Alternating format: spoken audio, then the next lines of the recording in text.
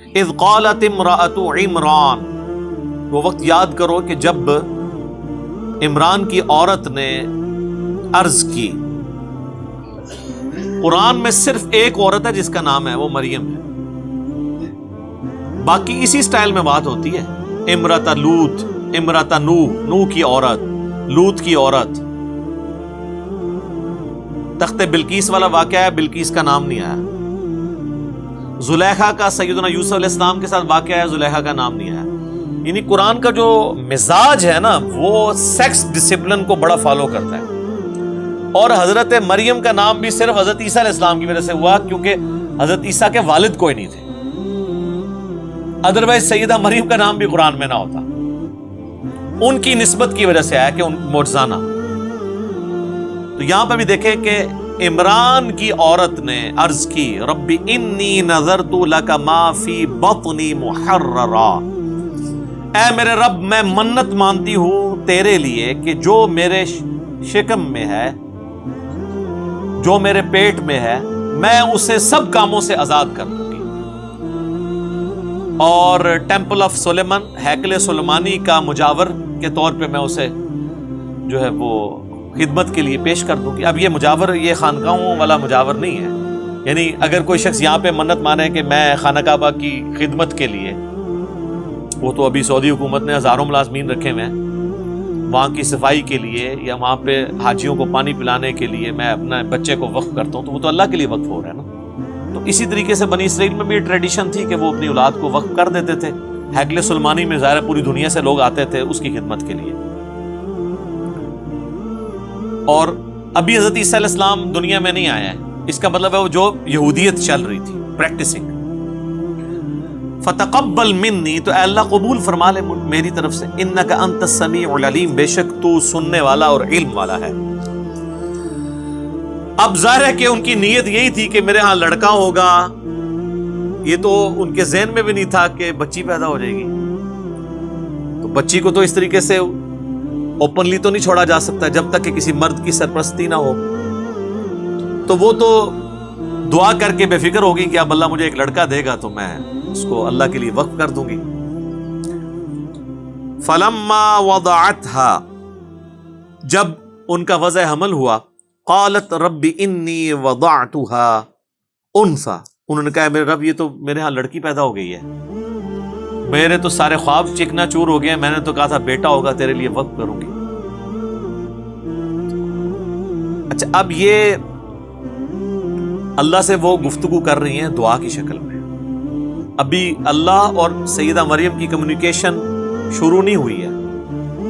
اس امت میں تو وہ ختم نبوت کی وجہ سے بین ہو گئی ہے نا یہ والا سلسلہ، کشف والا اور غیر نبی کو وہی ہونے والا. پہلے یہ ہوا کرتا تھا، حضرت موسیٰ علیہ السلام کی والدہ کو ہوا، عیسیٰ علیہ السلام کی والدہ کو. ابھی وہ دعا کر رہی ہیں، یعنی حضرت عیسیٰ علیہ السلام کی یہ نانی ہے جن کا یہ ذکر ہو رہا ہے. انہوں نے کہا میں نے تو بیٹی میرے ہاں پیدا ہو گئی ہے. واللہ اعلم بما وضعت، اللہ فرماتا ہے اللہ خوب جانتا تھا کہ اس کے ہاں کیا بیٹی پیدا ہو گئی ہے. ہائے ہائے ہائے. ولیس الذکر کالانثی، اور کوئی لڑکا اس لڑکی کے مانند نہ ہو سکے. اللہ نے تو وہ بچی دے دی ہے اس کو کہ کوئی لڑکا بھی اس بچی کے مقابلے کا نہیں ہو سکتا جو اللہ تعالیٰ نے اس کو فضائل اور برکات دینے ہیں. تو انہوں نے کہا وَإِنِّي سَمَّيْتُهَا مریم، ان کا بے شک میں اس کا نام رکھتی ہوں مریم.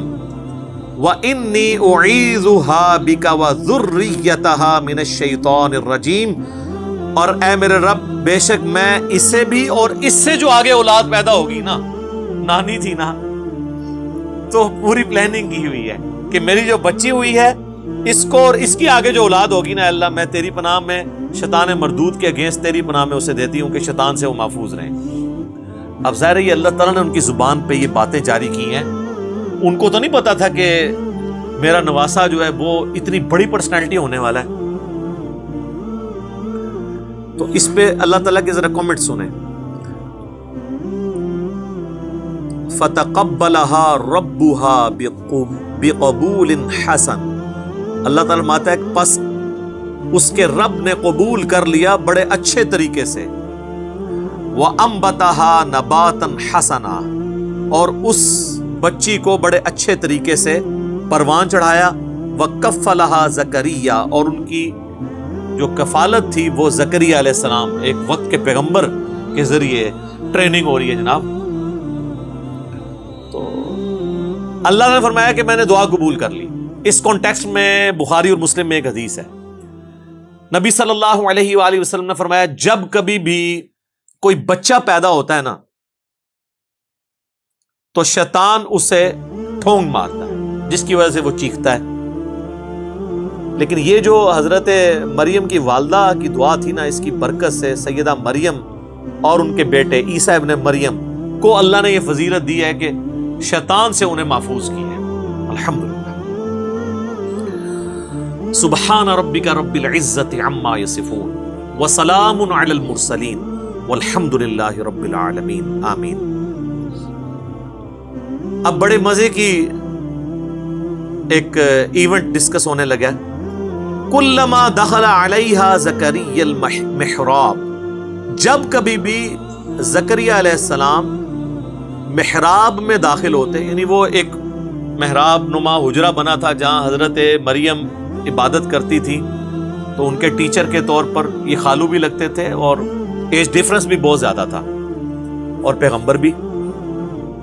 جب کبھی وہ داخل ہوتے محراب میں وجد عندها رزقا، تو وہاں پہ وہ رزق پاتے. اللہ اکبر. وہ رزق ایک غیر معمولی رزق یہ نہیں ہے کہ کوئی آ کے نذرانہ چڑھا کے چلا جاتا تھا، ورنہ تو زکریا کو پتا ہوتا کہ یار یہ تو فلاں دے گیا ہے. بے موسمی پھل بھی ہوتے، موسم والے بھی، بڑے زبردست قسم کا فروٹ جو لگتا نہیں تھا کہ وہ قریب سے آ سکتا ہے. تو حضرت زکریا علیہ السلام نے ان سے پوچھا، قال یا مریم انا لکی ھذا، اے مریم یہ کہاں سے تیرے لیے یہ اتنا فروٹ آ جاتا ہے، ایسا رزق آ جاتا ہے. آپ ذرا پیری مریدی کے رشتے میں ذرا دیکھیں اس کو.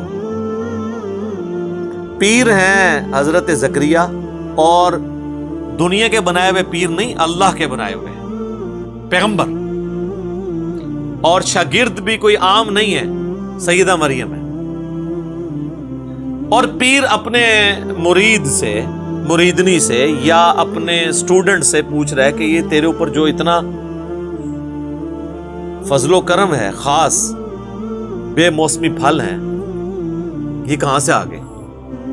آپ کے پاکستان کے مرید ہوتے تو کہتے ہیں حضور تو آڈی نگاہ مرشد ہے. ہاں، کیونکہ یہ تصوف کی لائن میں اللہ کا نام یوز ہوتا ہے، باقی فنا فی شیخ میں ہی ختم ہو جاتا ہے بندہ، فنا فی اللہ تک نہیں پہنچتا. قرآن میں تو فنا فی شیخ کا کوئی تعلق ہی نہیں قرآن کے ساتھ. قرآن میں رسول کی یا خلیفہ کی بیعت ہے، اور وہ بھی مشروط ہے اللہ کے ساتھ. رسول اللہ نے بھی بیعت لی نا حدیبیہ کے موقع پر، تو سورہ فتح میں آیا کہ اے نبی یہ جو تم سے بیعت تم لے رہے ہو نا جن کی، ان کے ہاتھوں پہ اللہ کا ہاتھ ہے.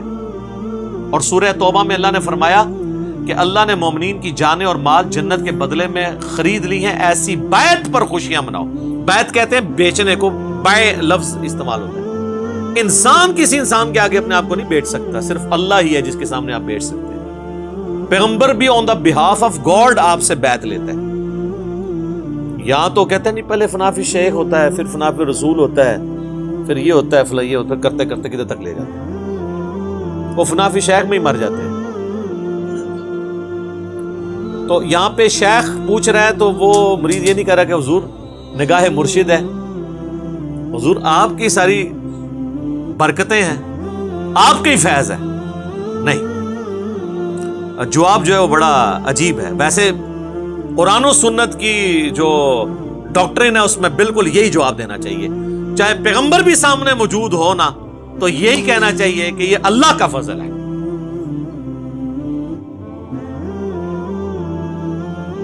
قالت ہوا من عند اللہ، وہ کہنے لگی اللہ کی طرف سے. اللہ ان اللہ یرزق من یشاء بغیر حساب، بے شک اللہ جسے چاہتا ہے بغیر حساب و کتاب کے رزق عطا فرما دیتا ہے. اب یہاں تو ہونا چاہیے تھا بھی تجھے بات کرنے کی تمیز نہیں ہے، میں نہیں اللہ کو مانتا، تو مجھے بتا رہی ہے کہ اللہ کی طرف سے، اللہ کی طرف ہی آتا ہے سارا کچھ، اللہ ہی کرتا ہے. پر کوئی ساڈا بھی وچ نظر ہے نا، فیض ہے نا، ساڈے ہی صدقے تسی کھا رہے ہو نا. صدقے صدقے سب انڈیا پاکستان بنگلہ دیش دی بیماریاں نے. قرآن میں یہ چیز نہیں ہے. قرآن بالکل واضح ہے اپنے عقائد اور نظریات کے اندر.